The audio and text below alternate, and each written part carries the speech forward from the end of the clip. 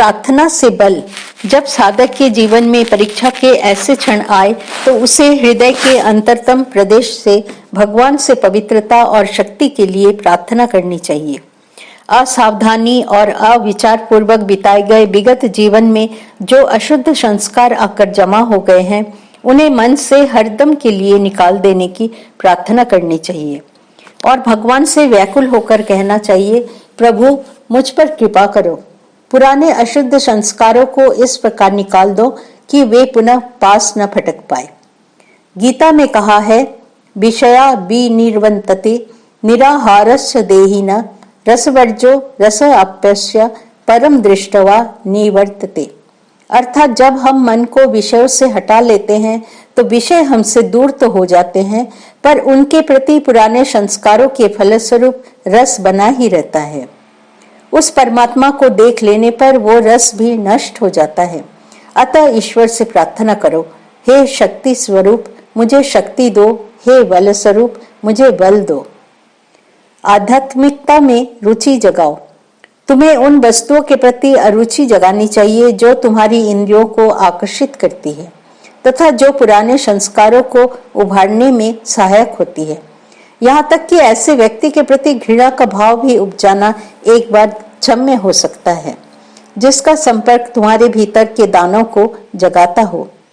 बाद में इस अरुचि और घृणा से भी परे चले जाना होगा। जब संसार और उसके विषयों के प्रति सच्चा वैराग्य का भाव मन में उदित होता है तो समस्या सुलझ जाती है। तब हम ऐसे कुछ का आस्वादन करते हैं जो इंद्रियों के तथाकथित सुख से अधिक मधुर होता है। एक बार रथ यात्रा के समय श्री रामानुचार्य विग्रह को अपनी श्रद्धा भक्ति अर्पित करने के लिए बाहर आए। सड़कों पर बड़ी भीड़ थी। उस भीड़ में उन्होंने एक दंपत्ति को देखा। वो पुरुष सारे समय टकटकी लगाकर स्त्री के मुखड़े की ओर देख रहा था।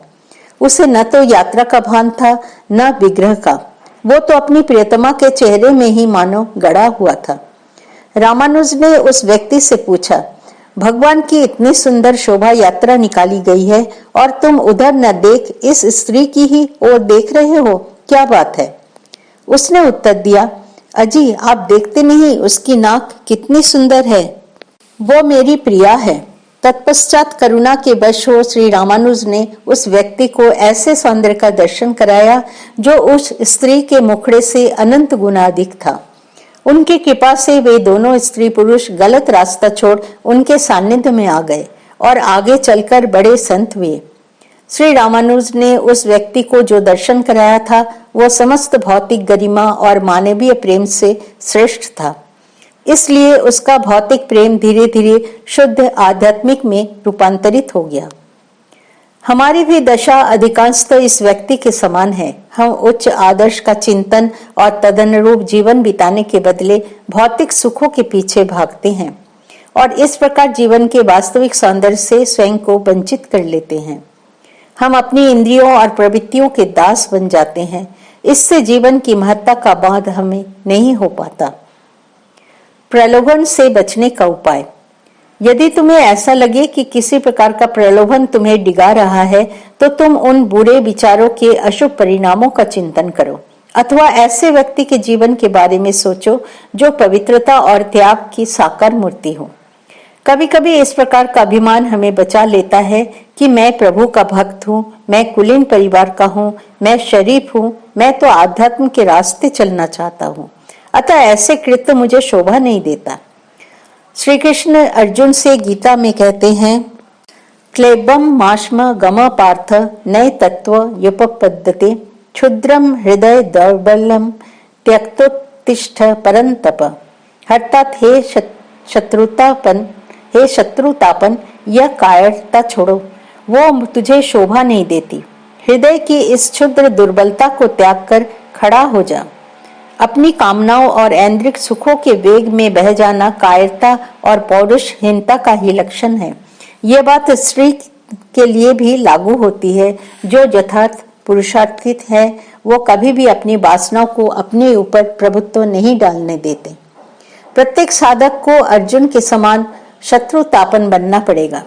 कामना, वासना, लालसा, भोग, आसक्ति, इंद्रिय लालन, ये सब शत्रु है जो हर समय साधक को पथभ्रष्ट करने का प्रयास करते हैं और इस प्रकार उसे सत्य से च्युत कर देना चाहते हैं। इन शत्रुओं को संतप्त करना होगा। यही आर्ययुष्ट है। जो इस पथ पर नहीं चलता वो आर्य नहीं है। जब हमारा मस्तिष्क बिल्कुल साफ और शांत रहता है तो हम विवेक कर सकते हैं कि मैं शरीर नहीं हूँ, मैं पुरुष नहीं हूँ, मैं स्त्री नहीं हूँ, मैं अमुक अमुक नहीं हूँ।